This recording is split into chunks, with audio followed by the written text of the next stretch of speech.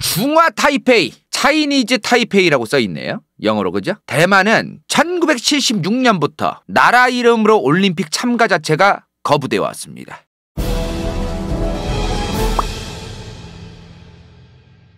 자, 오늘 양안 관계를 시작하겠습니다. 일단 그 전에 이거부터 알려드리고 갈게요. 대만의 수교국이 몇 개인지 아시나요? 2022년기 중 14개입니다. 한국이 지금 2022년기 중 수교국이 191개거든요. 대만은 14개예요. 그럼 뭐예요 지금? 수교국이 너무 적은 거예요 진짜. 수교가 뭐예요? 국가와 국가가 관계를 맺는 거죠. 관계를 공식적으로 맺고 있어야 서로 앞으로 뭘 할지에 대해서도 대화도 빠르게 할 수 있고 커뮤니케이션도 더 잘 될 수 있고 대화도 더 자주 하게 되고 외교관도 서로 파견해가지고 대화할 수 있는 루트도 많아지고 이러는 건데 그게 대만은 14개 국가밖에 안 된다는 겁니다. 물론 14개 국가는 아니에요. 엄밀히 따지면. 왜? 타이베이 대표부라는 게 있거든요.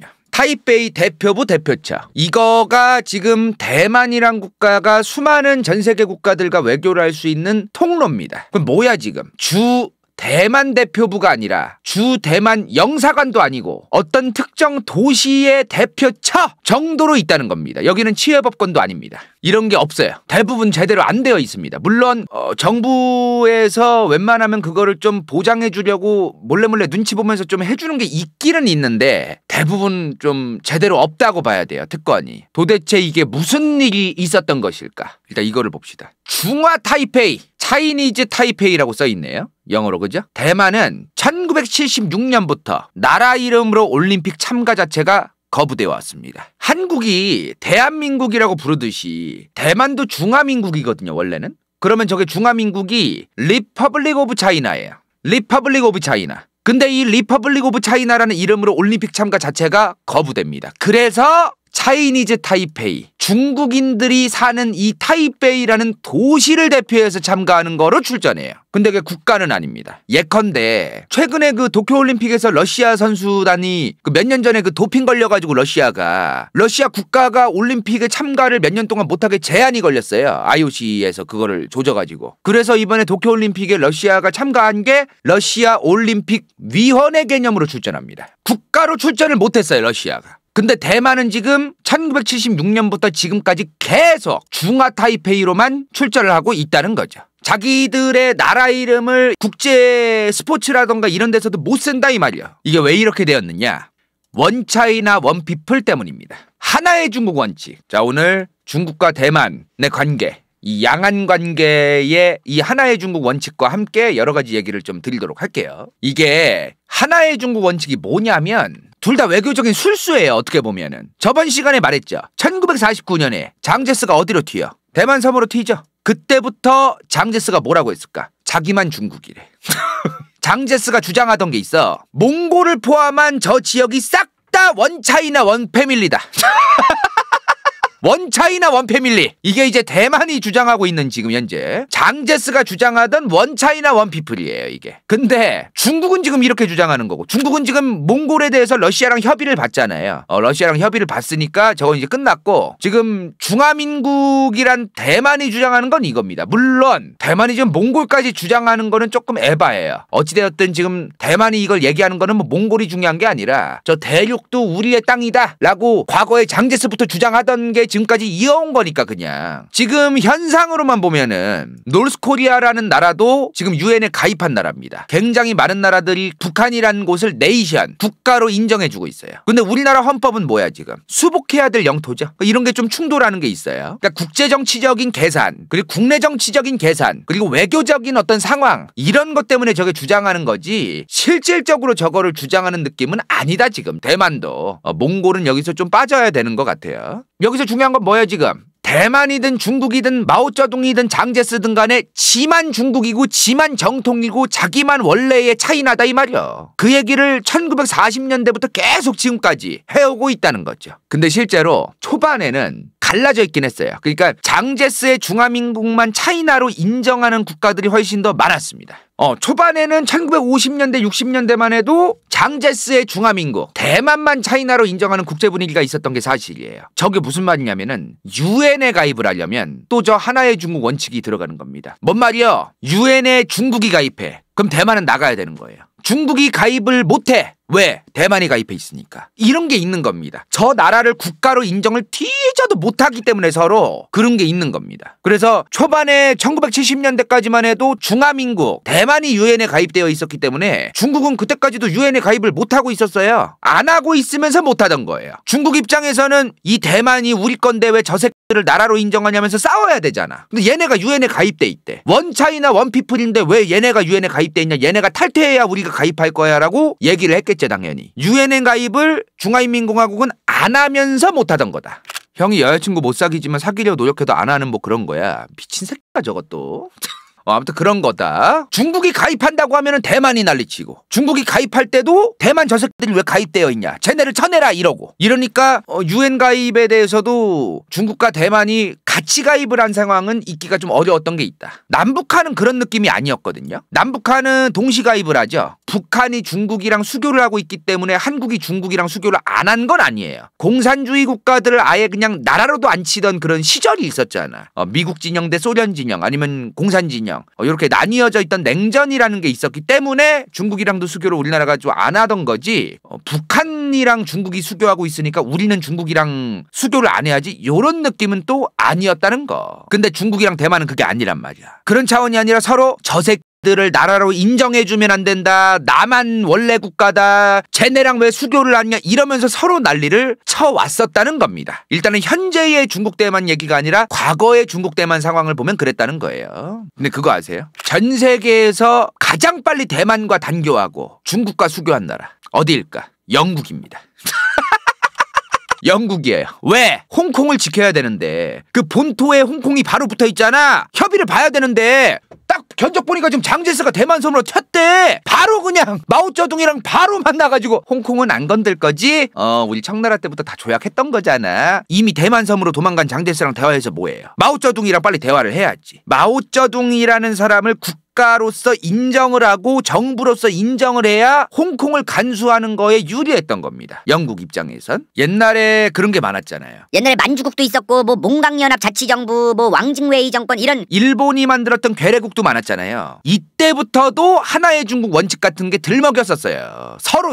중국 대륙에서 1900년대 초중반 내내 밑도 끝도 없이 사라졌다가 생겼다가 쿠데타 일으켰다가 사라졌다가 이런 애들이 한둘이 아니요. 그러니까 나만 중국이라고 계속 외치는 겁니다. 서로. 하나의 중국 원칙이라고 하는 거는 현재는 중국과 대만만 얘기하지만 옛날에 1900년대 초중반에는 얘기하는 국가가 많았어요. 하나가 아니었으니까. 그죠? 이러면서 생겼던 그 하나의 중국 원칙이라는 걸 장제스도 주장하던 거고 마오쩌둥도 주장하는 그렇게 된 거죠. 1900년대 초중반의 중국 대륙은 분열과 전쟁과 내전의 연속이었단 말이야. 지금 2022년까지도 유지되고 있죠. 중국 대만 둘 중에 하나만 계속 결정하래. 특히 지금 중국이 얘기하고 있죠. 그거를 하나만 결정해라 이거요. 무조건 하나만 결정해라 이 둘 중에. 그러니까 뭐 다른 나라들도 지금 뭐 어쩔 수가 있어요? 중국이랑 대만 사이에 껴가지고 하나만 정하라고 난리를 치니 중국이. 그러면은 중국을 결정하는 게 어쩔 수 없이 국제정치적이라던가 경제적으로 이득이니까 중국을 결정할 수밖에 없는, 다른 나라들 입장에선 그렇다는 거죠. 잘 나가던 국가 아니면 지금 현재 잘 나가고 있는 나라 입장에서는 하나의 중국이라고 떠드는 게 유리하긴 하죠. 당시 1949년에 대만 섬으로 도망 나왔던 장제스 입장에서도 서방 진영 국가들이 언젠가 또 도와줄 여지가 충분히 있고 대만 섬에서 저 중국 대륙으로 다시 한번 올라갈 수 있는 여지가 만들어내면 된다, 이런 희망이 있었기 때문에 장제스도 계속해서 하나의 중국을 외쳤던 것이고. 근데 이게 국력이 저물어가거나 국력 차이가 너무 벌어지거나 국제정치적인 영향력이 현재의 대만처럼 약화되거나 초강대국 같은 나라로 상대 국가가 완전히 그냥 커지거나 이러면 얘기가 달라지는 거죠. 하나의 중국 원칙을 얘기하던 대만도 얘기하던 중국도 얘기를 했지만 대만도 얘기해왔던 하나의 중국 원칙이라는 게 지금 현재의 대만에겐 좀 자충수가 된 좀 그런 게 좀 있습니다. 근데요, 중국은 유엔 가입하기 전부터도 과거부터 계속해서 수많은 국가들한테, 다른 좀 어려운 국가들한테 원조를 해주면서 대만을 외교적으로 고립시키려는 시도를 많이 했어요. 중국이 1971년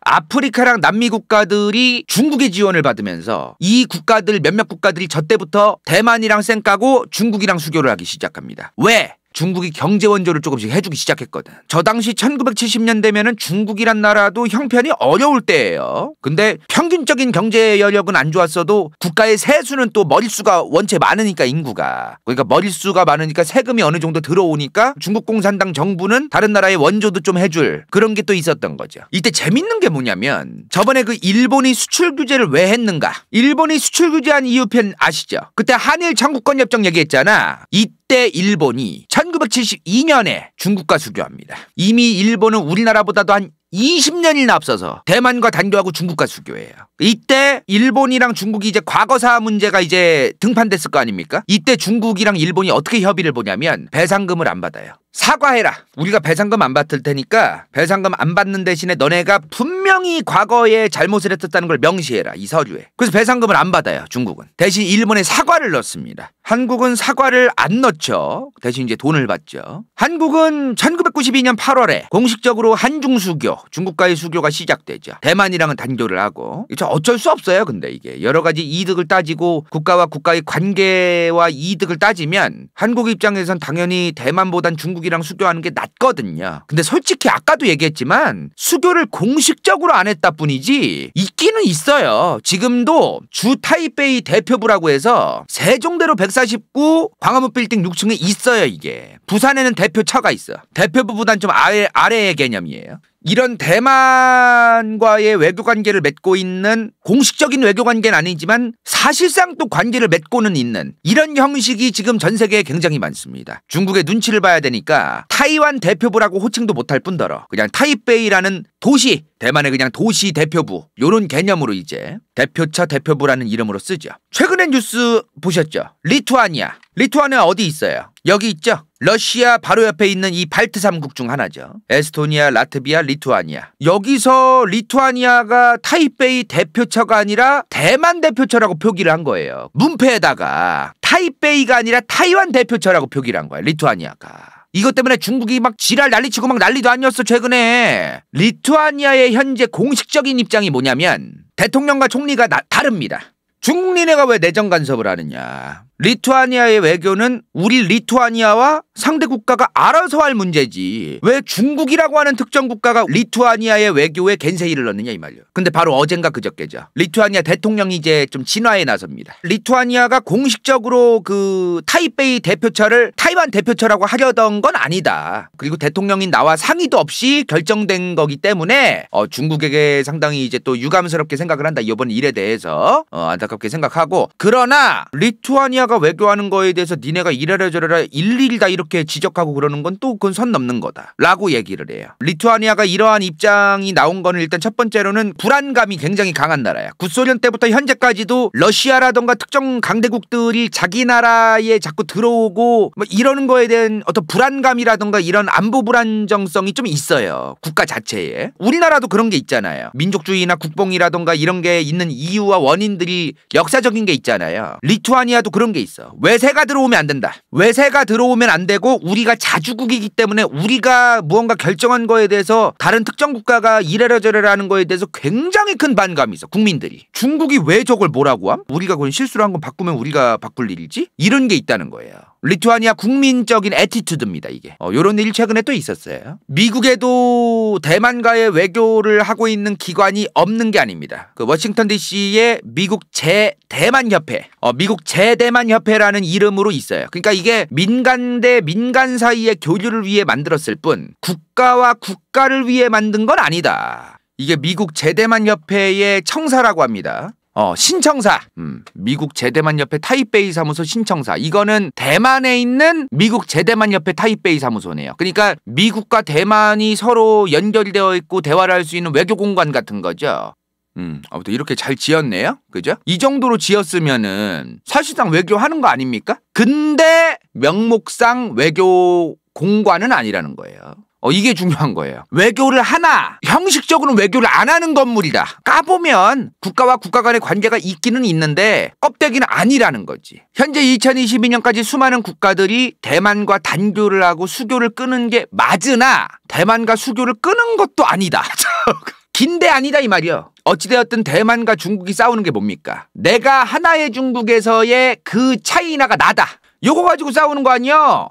이 하나의 차이나의 주인공 1971년까지는 대만이었습니다. 이게 지금 1971년까지의 유엔 안전보장이사회의 상임이사국이에요. 딱 견적 보이시죠 지금. 영국, 프랑스, 미국, 소련, 대만. 1971년 초까지만 해도 유엔 안전보장이사회의 상임이사국이었어요. 이 안전보장이사회가 뭐냐면 유엔에서 짱 먹고서 지들 멋대로 하는 애들이라고 생각하시면 편해요.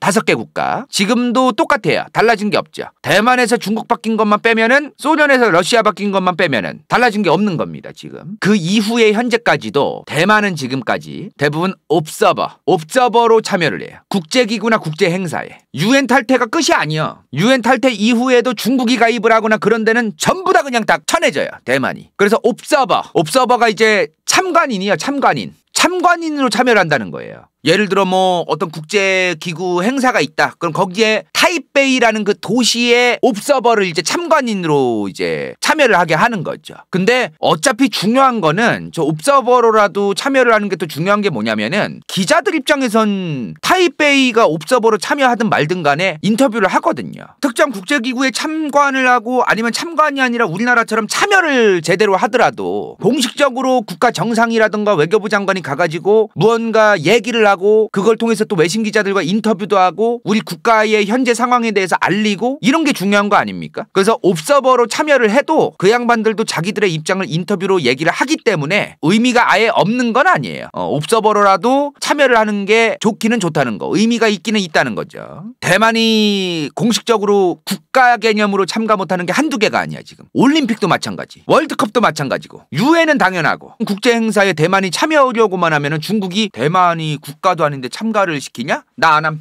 이래버려. 예컨대 올림픽위원회 IOC가 중국이 참가하는 걸 원할까요? 원치 않을까요? 너무나 원하지. 인구도 많고 중계권이 얼만데 그게. 중국이 참가를 해줘야 이 올림픽이라는 어떤 경기에 대해서 인지도도 중국 내에서도 더 올라가는 거고. 대만이 참가하는 대신에 중국이 참여를 안 하게 하자니 IOC 입장에선 중국이 참가하는 게 훨씬 낫죠. 그래서 대만이 지금 상당히 좀 위태로운 상황에 있는 것은 사실이다. 조금 최근인가요? 2003년 전염병이 이때 또 있었죠. 사스가 한참 유행했었습니다.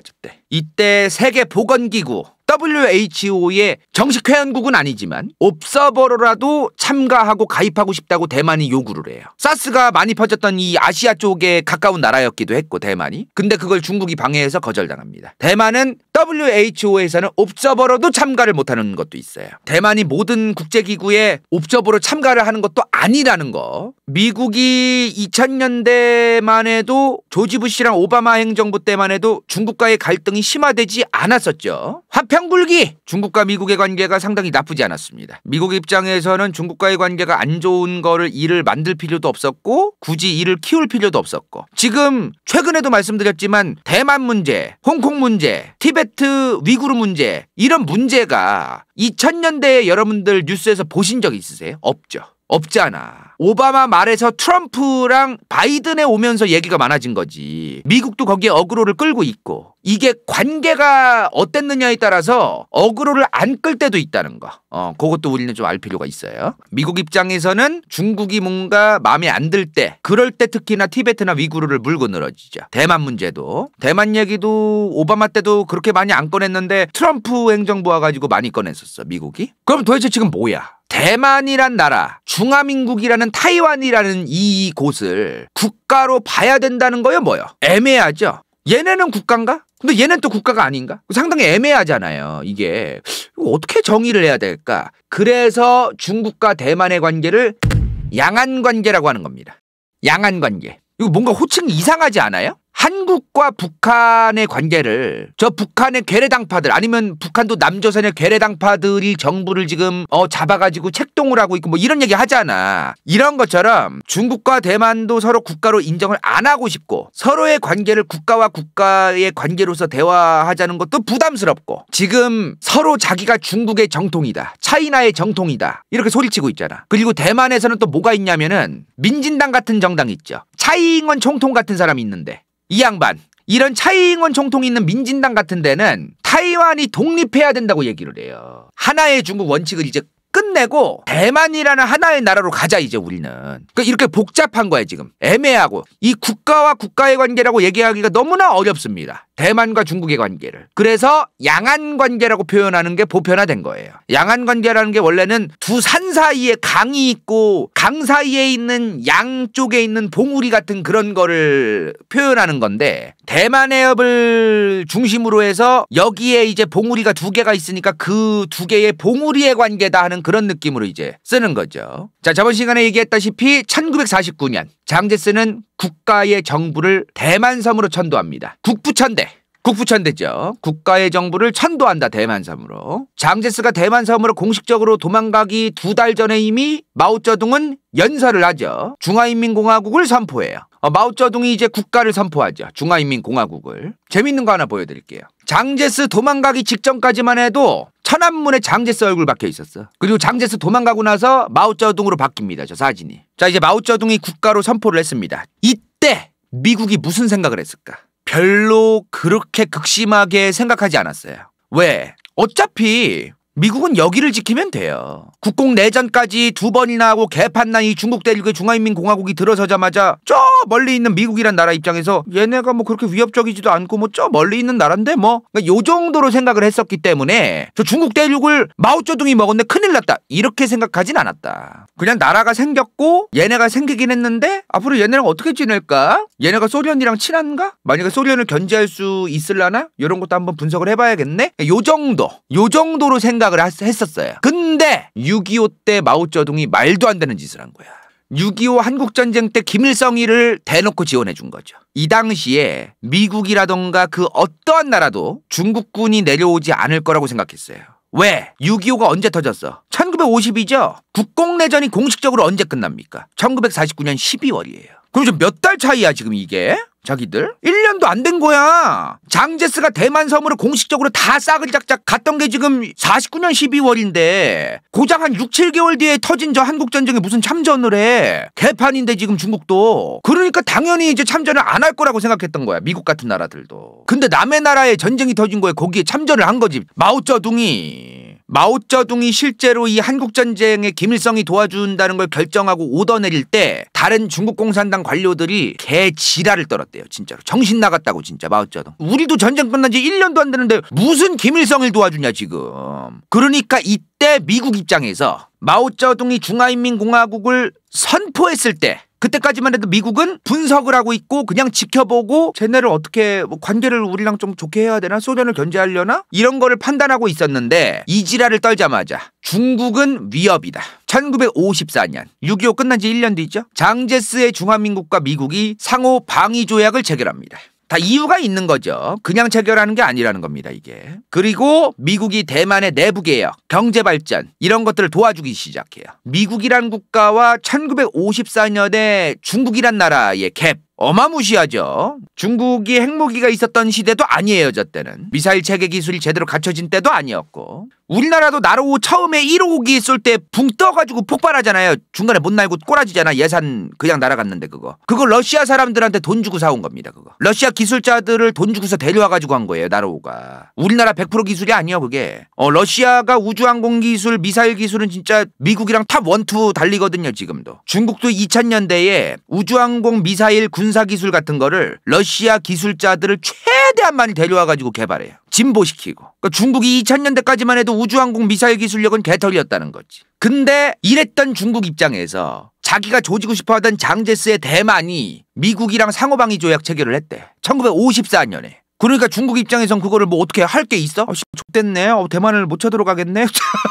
그랬던 거죠. 대만 관련해서 좀 재밌는 얘기 하나 해드릴게요. 한국전쟁 터지고 6.25 터지고 본격적으로 중국이 참전을 안 했었어요. 몇 달 걸리거든요 그게. 근데 한국전쟁 6.25가 터지자마자 장제스가 남한을 도와주겠다고 미국과 이승만 정부에 연락을 합니다. 이때 미국과 이승만 정부가 뭐라고 했을까요? 여물고 가만히 있어라.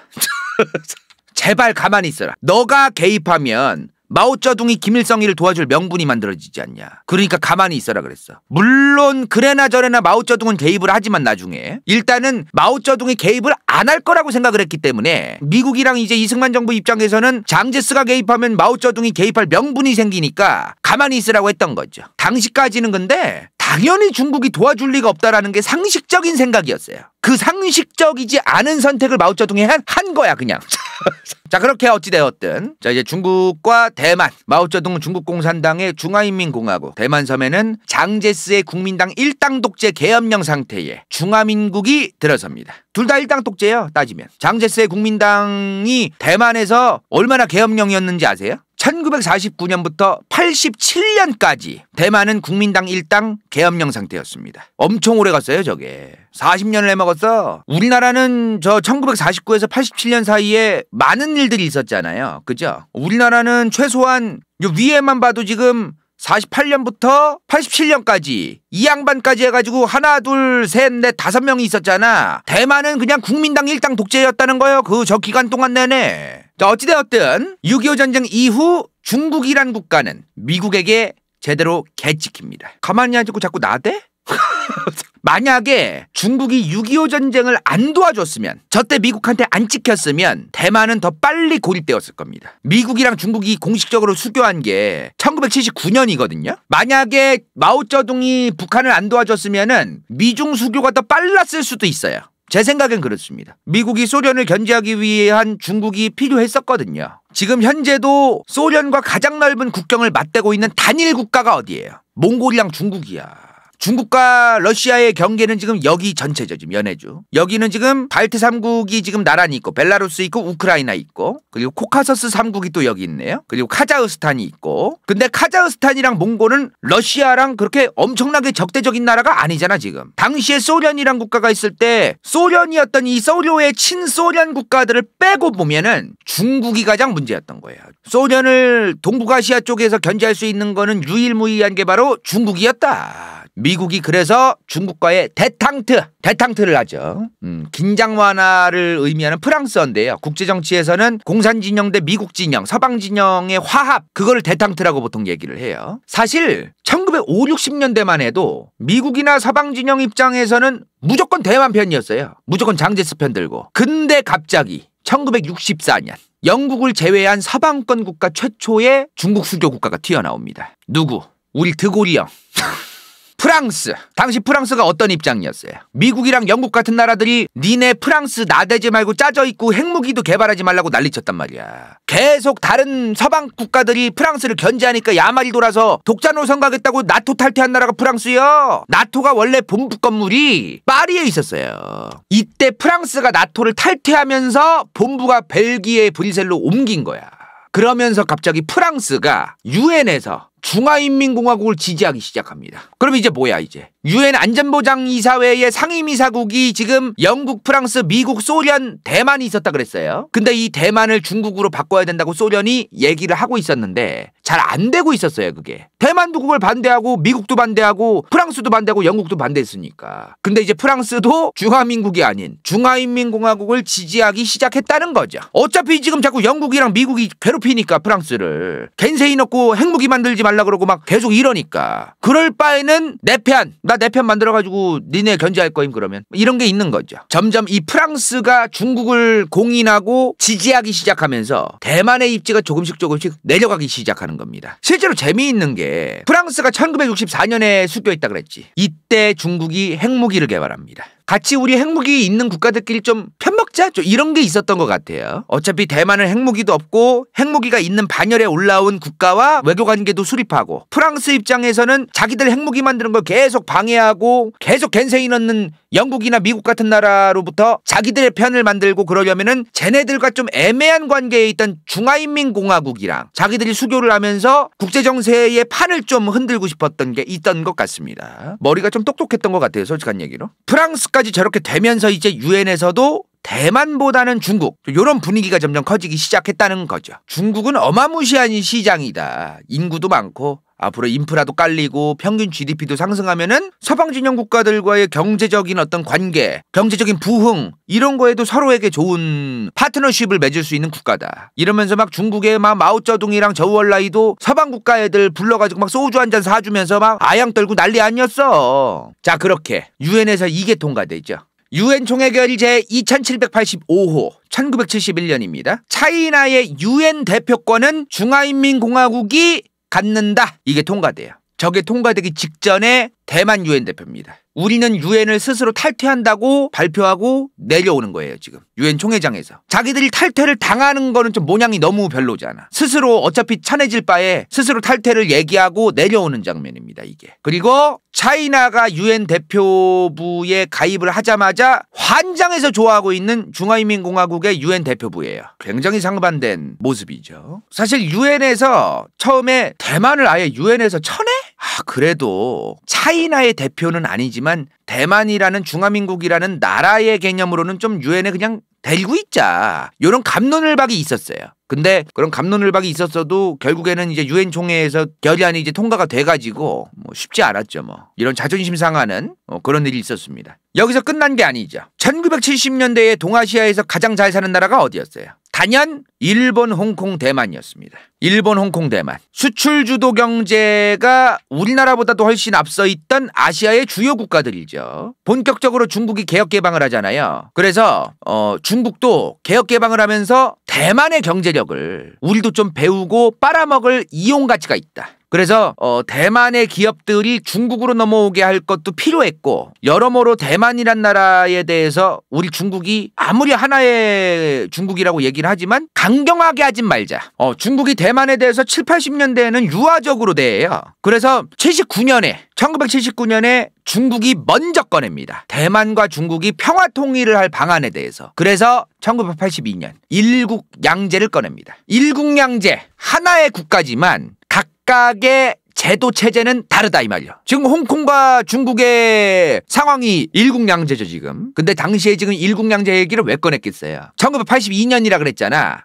홍콩 반환 시기가 1997년이야. 얼마 안 남았어요? 일반인들 입장에서는 15년이나 남았네? 국제관계에는 15년이면 얼마 안 남은 거야 저게. 그러니까 빨리 홍콩 반환에 대해서도 지금 아이템이 필요했고 홍콩이든 마카오든 대만이든 나중에 자기들이 수복해야 되고 먹으려고 하는 그 땅들에 대해서 방안을 좀 가지고 있어야 됐던 겁니다. 중국이. 그래서 여러 가지 마카오든 홍콩이든 대만이든 자기들이 흡수해야 될 땅에 대해서 일국양제라는 아이템을 꺼내보자. 여러모로 지금 일국양제라는 드립을 먼저부터 꺼내고 있던 거예요. 중국이 1980년대부터 대만과의 얘기를 할 때부터 꺼내던 거죠. 홍콩도 지금 일국양제죠. 1997년부터 2047년까지 일국양제로 47년까지는 운영을 하기로 되어 있었던 홍콩이에요.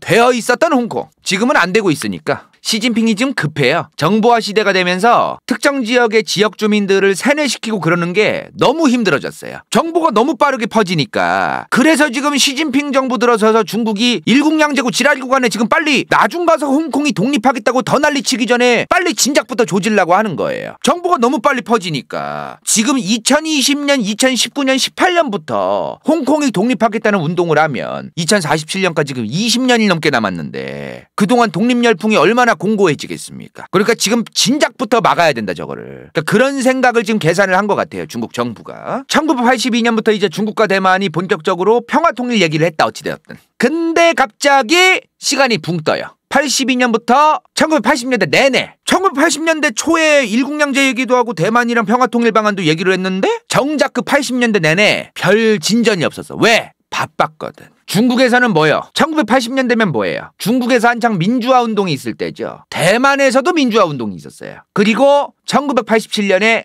장진고가 죽습니다. 장제스 친아들이에요. 원래 장제스의 아들 장진고가 대만의 국민당 1당 독재 시절의 총통이었어. 장진고가. 근데 장진고가 이제 대만의 민주화를 열겠다라고 얘기를 해요. 민주화 운동이 계속 일어나고 대만에서도 그 민주화 요구가 있었기 때문에. 그리고 얘기를 장진고가 하고 나서 장진고가 몇 년 뒤에 바로 죽어. 이제 병이 있어가지고 좀 죽습니다. 자, 어찌됐든 중국과 대만이 서로 양안 관계가 서로 80년대엔 진전이 없었는데 처리해야 될 게 많았던 거죠. 그러다가 1987년부터 중국과 대만에도 원래는 한족의 정체성을 가지고 있던 사람들이 많잖아요. 그러다 보니까 자기들의 가족들이 그 중국 대륙에 사는 사람도 많고 아니면 반대로 대만섬에 살게 된 사람들도 많았던 거지. 그래서 퇴역 군인들의 친척, 가족들의 교류와 방문부터 허용을 합니다. 근데요, 여기까지예요. 지금은 중국 사람들과 대만 사람들이 중국으로 왕래를 좀 자유롭게 하죠. 근데 여기까지야, 여기. 당시에 대만이 원하던 게 세 가지가 있었어. 평화 통일 아닌데 하나의 중국 원칙 때문에 서로 국가로 잘 인정을 안 해준다고 했었어. 근데 갑자기 대만이 중국한테 대등한 국가로 대만을 인정하라 그러는 거야.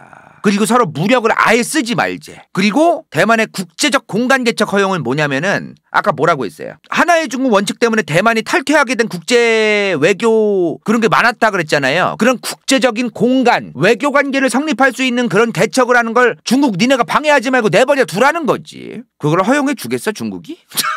중국이 들어줄 리가 만무한 내용이에요 사실은. 그 다음에는 92년도에 9.2 공식. 이름이 9.2 공식이야. 저 9.2 공식이 뭐냐면 대만과 중국 양국이 통일의 필요성을 인정했고 합의를 했다는 건데, 근데 중국이 여기서 이제 입장 차이가 드러나요. 중국은 대만을 중화인민공화국의 하나의 지방 행정구역 정도로만 인식하면서 통일되길 원하는 거야 계속. 당연히 이제 중국 입장에선 그렇겠죠. 대만은 통일을 하는데 민주주의를 도입하자. 민주주의를 도입해서 중국 공산당이든 대만의 국민당이든 아니면 지금 차이잉원 아줌마 총통으로 있는 대만 민진당이든 다 선거로 국민들의 투표를 통해서 정권을 창출하자.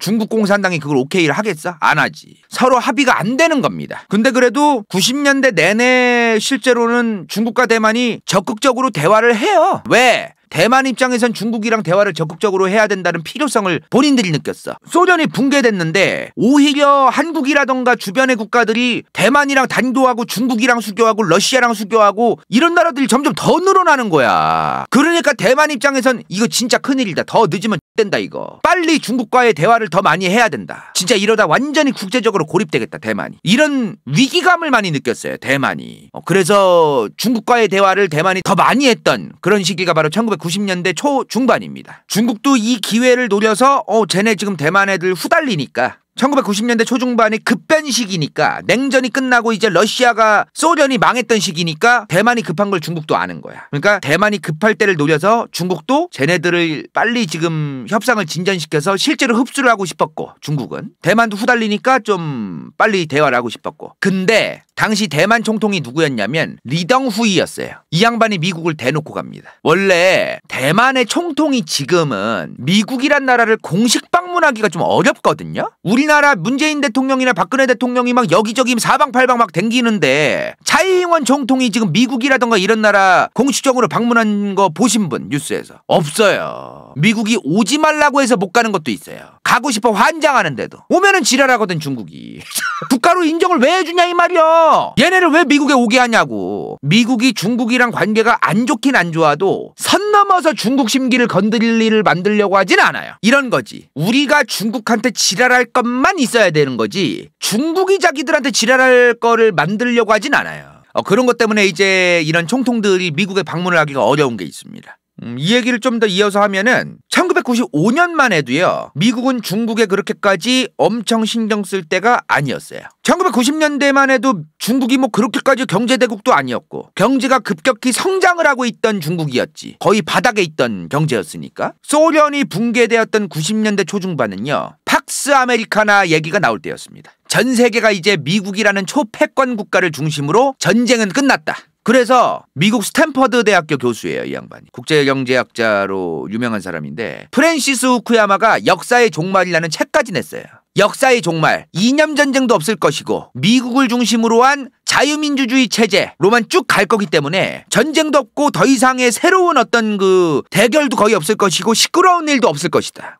그런 책이 나올 정도였거든. 하나 짧게 얘기하면 이 양반은 자기가 얘기한 그 역사의 종말, 이데올로기 전쟁의 종말을 취소했습니다. 최근에 몇 년 전에. 어찌되었든 1990년대면은 오히려 중국이 미국한테 미국형 잘 지내자고 할 때죠. 뭐 지금처럼 바이든이랑 막 시진핑이 막 전화로도 싸우고 막 육탄전 벌이고 막 그럴 때가 아니요. 어찌됐든 그랬기 때문에 대만 총통도 미국에 덜컥덜컥 가던 거예요.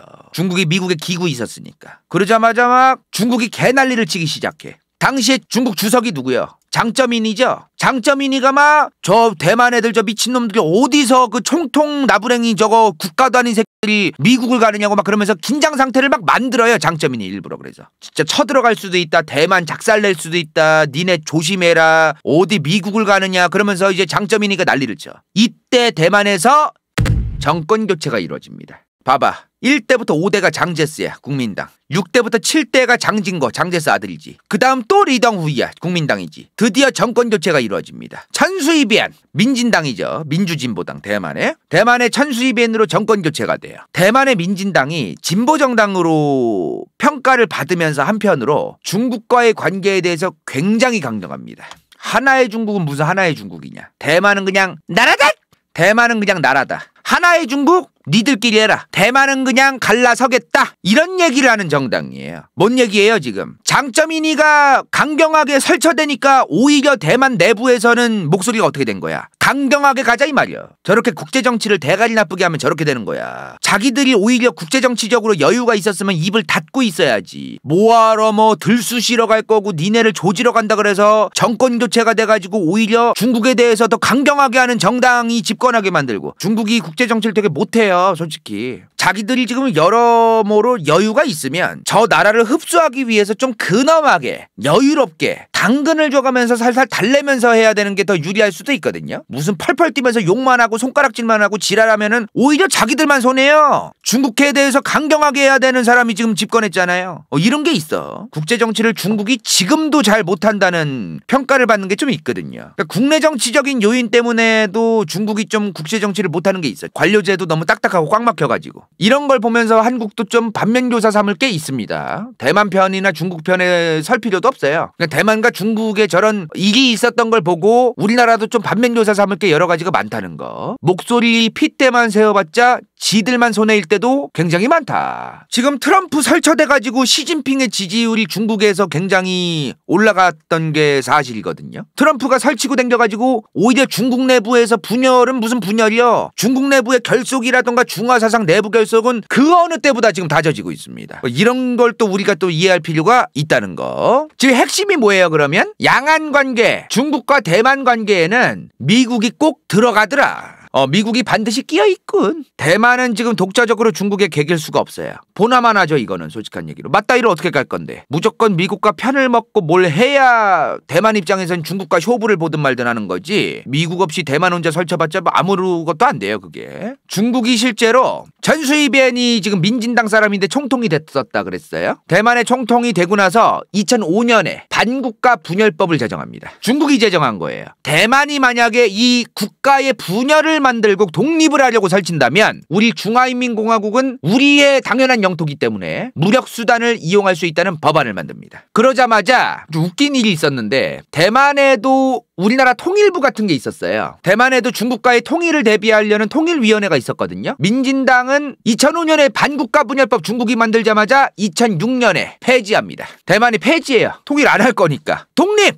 더 강경하게 간 거죠. 이러니까 이제 중국이 기구 들어가요. 니네 너무 그렇게까지 뭐 법적으로 또 그 통일위원회까지 폐지하고 그러면 안 되지.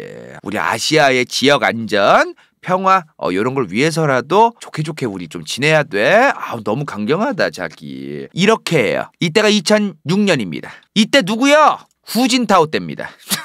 한창 미국이랑 사이 좋을 때예요. 역대 미국과 중국의 관계가 역사상 가장 좋을 때야 진짜로. 미국이 대만을 굳이 중국에게 줄 생각도 없었고 중국은 당시 고도성장 경제성장에 열중해야 됐고 근데 대만이 굳이 지금 통일위원회까지 폐지하고 막 그러는 거를 중국 입장에서 만들어가지고 중국과 미국의 관계도 조금 냉각이 될 필요는 없었던 거죠. 중국 입장에선 그 당시에 미국 눈치를 상당히 많이 볼 때죠.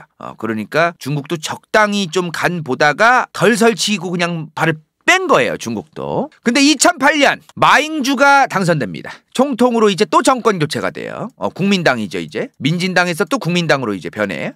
대만은 보통 2번씩은 해요. 근데 당시에 2008년이면은 어떤 시기예요? 글로벌 경제 위기가 있을 때였죠. 미국발. 대만 사람들은 당시에 개박살난 대만의 경제 상황 악화를 해결하는 게 좀 중요했었어요. 그래서 대만 사람들도 천수이벤이 있을 때까지 2000년대 내내 대만 사람들의 목소리는 대만 독립! 뭐 이런 걸 요구하는 게 강했다면 이제 2000년대 후반 되면서는 경제를 위해서 빨리 개선을 시켜달라. 경제 해결을 좀 얘기하는 좀 그럴 때였습니다. 그래서 대만이 본격적으로 경제를 위해서 중국 사람들도 대만에 여행을 많이 오게 하고 중국과의 관계 개선도 많이 하고 대만 물건들도 중국으로 수출을 할 수 있는 길도 많이 만들고 이런 생각에 동조하고 동의하는 국민들이 늘어나기 시작해요. 마잉주 정권의 공약이 있었어요. 633 매년 6%의 경제성장률 국민소득 3만 불 시대 실업률 3%의 633 시대를 만들어내겠습니다. 이 얘기를 해요. 그래서 만납니다. 와, 66년 만에 만나요? 66년 만에. 싱가포르에서 만났어. 대만의 총통과 중국의 주석이 만난 거는 이거 이후에 없었거든요. 장제스랑 마오쩌둥 만난 이후에 없던 일이요. 어이구 저게. 그리고 만나 둘이 싱가포르에서. 무슨 싱가포르는 만남의 광장이야. 뭐 개나 소나 다 가가지고 만나. 아무튼 간에 마잉주가 원래는 고위급 공무원이었던 사람이야. 저 양반이 하버드 로스쿨 나오고 대만 법무부에서 일하고 좀 그러던 고위 관료였어요. 그러다가 이제 마잉주가 타이베이 시장이 됩니다. 우리나라로 따지면 서울시 시장이 된 거죠. 그리고 나서 한나라당의 당대표가 되는 좀 그런 것 마냥 국민당 당대표가 돼요. 그리고 타이베이 MB야. 맞아. 딱 타이베이의 MB 같은 좀 그런 느낌이 있어. 진짜 비슷한 게 되게 많아요. 대만에서 당선되자마자 민진당 정권 있죠. 천수이벤 정권과 정반대 행보를 합니다. 직전에 민진당 때 대만의 통일부까지 아예 폐기했댔죠. 통일할 생각 없다 씨부레 막. 이미 얼굴에 써있네. 통일할 생각 없다 이 새끼들아. 그런 표정을 짓고 있어 이 양반이 지금. 근데 이 양반이 이제 마잉주 당선되자마자 중국과 대만과의 서로 투자를 하는 지정산업에 대해서 서로 투자를 허용하는 ECFA라는 거를 해요. ECFA 양안 경제협력 기조협의입니다. 중국과 대만이 서로 이제 관세를 인하하고 무역 범위도 확장하고 상품도 확장하고 아무튼 여러모로 이제 뭐 무역 협정을 체결한 거예요. 당시에 2000년대 후반에서 2010년 초반이면은 중국이 한창 다른 나라들이랑도 FTA를 할 때예요. 이거 하자마자 막 대만 내부에서 막 반대 시위 일어나고 대만에서도 난리가 아니었어요 저때. 어디 저 중공이랑 경제협력을 하냐 그런 얘기 나오고 막 그럴 때 있었어 저 때. 근데 실제로요 저 ECFA 양안 경제협력 기조협의를 하고 나서 실제로 대만의 경제 성장률이 오릅니다. 실제로 올라요. 근데 문제가 있었어요. 물론 이게 무슨 상황이야. 대만의 경제가 안 좋았던 거를 중국 자본을 들여가지고 해결한 거예요. 그럼 이게 어떤 문제가 있냐면 이건 대만과 중국 관계를 넘어서서 한번 생각을 해보세요. 저렇게 외국 자본이 많이 들어온 거에 적응을 하잖아요. 그러면 치명적입니다. 우리나라의 명동이라던가 꽤 많은 그 지역의 경제가 중국의 요커들 덕분이었죠. 그럼 그거를 전제로 깔고 이제 사람들이 사업을 하거든요. 달리 말하면 뭐야? 그거에 적응이 되어 있으면 그게 뻥나면은 다 뻥난다는 얘기예요. 이제 중국 덕분에 돈 버는 게 많아지는 게 지금 당장 좋은 것도 있지만 중국이 저런 식으로 보복을 하면 또 머리가 아파지는 게 있다는 거야. 만약에 사드 보복을 1980년대에 했다고 치자. 1980년대면은 중국 사람들 우리나라에 몇 명은 있지도 않을 때요. 저때 사드 보복한다고 중국이 난리쳤다고 치자고요. 그럼 우리나라 뭐라고 했을까? 보내지 마 씨발. 보내지 마. 뭐 어떡하라고 이 새끼들아. 이런 게 있잖아요. 그런 것처럼 마잉주 때 이제 양안 간의 경제협정을 이제 너무 빠르게 급하게 체결을 하니까 중국 노동자들이 너무 많이 들어옵니다. 대만이 이때 최저시급을 계속해서 동결급으로만 올리거나 동결을 실제로 하거든요. 2000년대 중후반 2010년 초반은 대만의 엄청나게 경제위기의 상황이었어요. 게다가 중국인 노동자까지 들어온대. 월급도 저렴한. 대만의 실직 실업률이 급증합니다. 임금은 안 오르니까 안 오르는 임금 쓰세요를 국가가 해줬잖아요. 정부가. 그러니까 대만 사람들은 저 돈 받고 어떻게 일하냐. 물가가 이렇게 올랐는데 취업을 안 한다. 이런 일이 지금 생기는 거죠. 실업률은 급증하지만 노동자는 들어오고 대만의 기업은 돈을 좀 더 잘 벌게 되고 경제 성장을 한 거죠. 그러면서 부동산 가격은 폭등합니다. 이런 단점이 또 있었다는 거죠. 실제 대만 사람들의 주머니는 그렇게 좀 크지 않았다는 거. 그 이후에는 2014년도에 또 해. 마잉주 때 양안 서비스 무역 협정이란 것도 합니다. 이게 뭐냐면 이제 서비스 산업도 서로 개방하자는 거야. 근데 이거에 중요한 건 아니에요. 이미 앞서가지고 뭐 했다 그랬어? 양안 간의 경제협력 기조협의를 2008년 9년에 했다 그랬잖아요. 근데 이걸 또 한다고 하니까 내용 자체는 생각보다 별거 없긴 했는데 또 한다고 하니까 대만 사람들이 무조건적으로 반대하는 겁니다. 그래서 해바라기 운동이라는 게 일어나요. 이게 대만 국회입니다.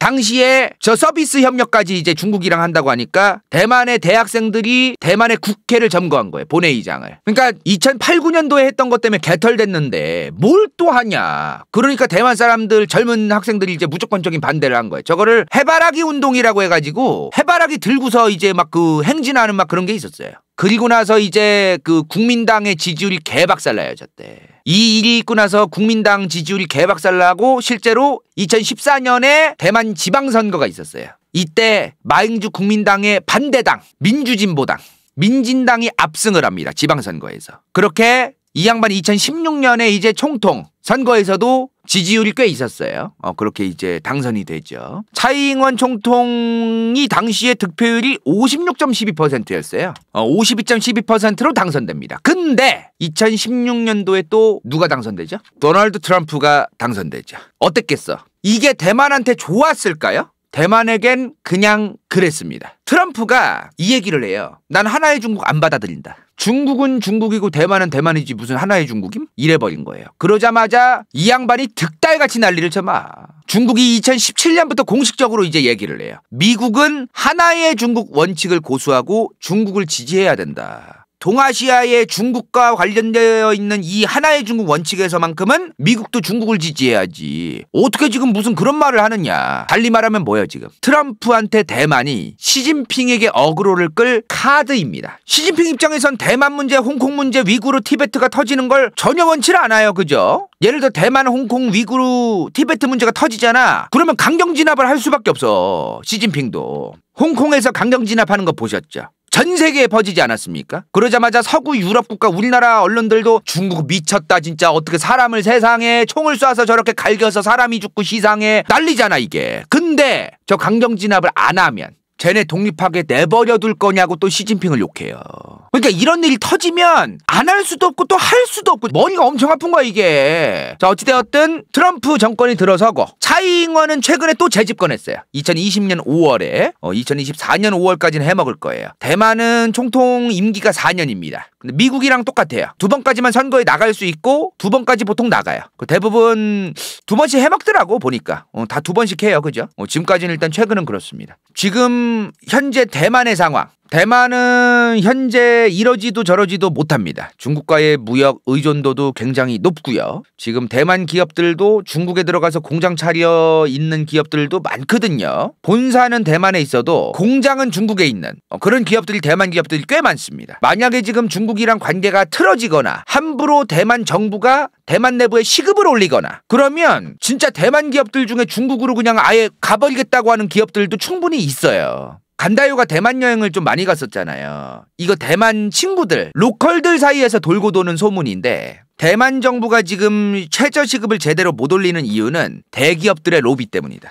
이 대기업들이 최저시급 올리면 나 중국 갈 거임 올리지 마셈 이래서 시급을 못 올린다라는 얘기가 대만 사람들 사이에서 돈대요. 물론 이게 사실인지 아닌지 몰라요. 근데 그 정도로 대만 사람들이 느낄 때도 대만 로컬들이 느낄 때도 자기들이 느낄 때도 대만의 경제 상황이 중국이랑 많이 지금 유착이 많이 되어 있고 장악되고 있다라는 거를 느끼고 있구나. 이런 걸 인지하고 있다는 거. 대만의 경제 상황이 많이 위태롭긴 합니다. 지금 대만의 내수기업 자체가 비어있는 데가 진짜 많아요. 이게 대만의 주요 기업들인데요.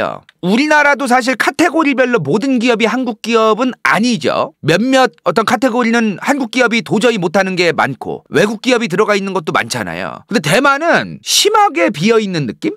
예컨대 대만 지금 편의점이 패밀리마트랑 세븐일레븐이에요. 자동차는 대부분 일본차요. 대형마트도 까르푸가 제일 많아요. 이런 식으로 대만의 주요한 내수산업 같은 것도 내수기업이 못합니다. 이걸 외국자분들이 굉장히 많이 들어와서 하고 있어요. 그래서 참 지금 경제 상황도 암담하고 좀 그런 게 있다는 거. 대만의 자국민들은 대부분 무역회사 중국 대만 사이에서 무역을 하거나 대만과 한국 사이에서 대만과 일본 사이에서 어찌되었든 대만이 무역업 하나는 좀 활성화가 되어 있는 나라긴 하거든요. 그래서 그 무역회사에 취업하는 애들도 많고 아니면은 일반 식당을 여는 애들 그리고 관광지 가이드 아니면 식당 지배인 요런 일 하는 애들 많았어요. 근데 이제 할 수 있는 일이 제한적이고 취업하기가 좀 어려운 게 있다. 지금 대만이라는 거는 미국에겐 카드죠. 중국이 미국 말을 잘 들으면 대만 얘기랑 홍콩 얘기랑 위구르 얘기랑 티베트 얘기를 덜 할 것이고 중국이 미국 말을 안 들으면 대만 얘기랑 홍콩 얘기를 더 꺼낼 것이고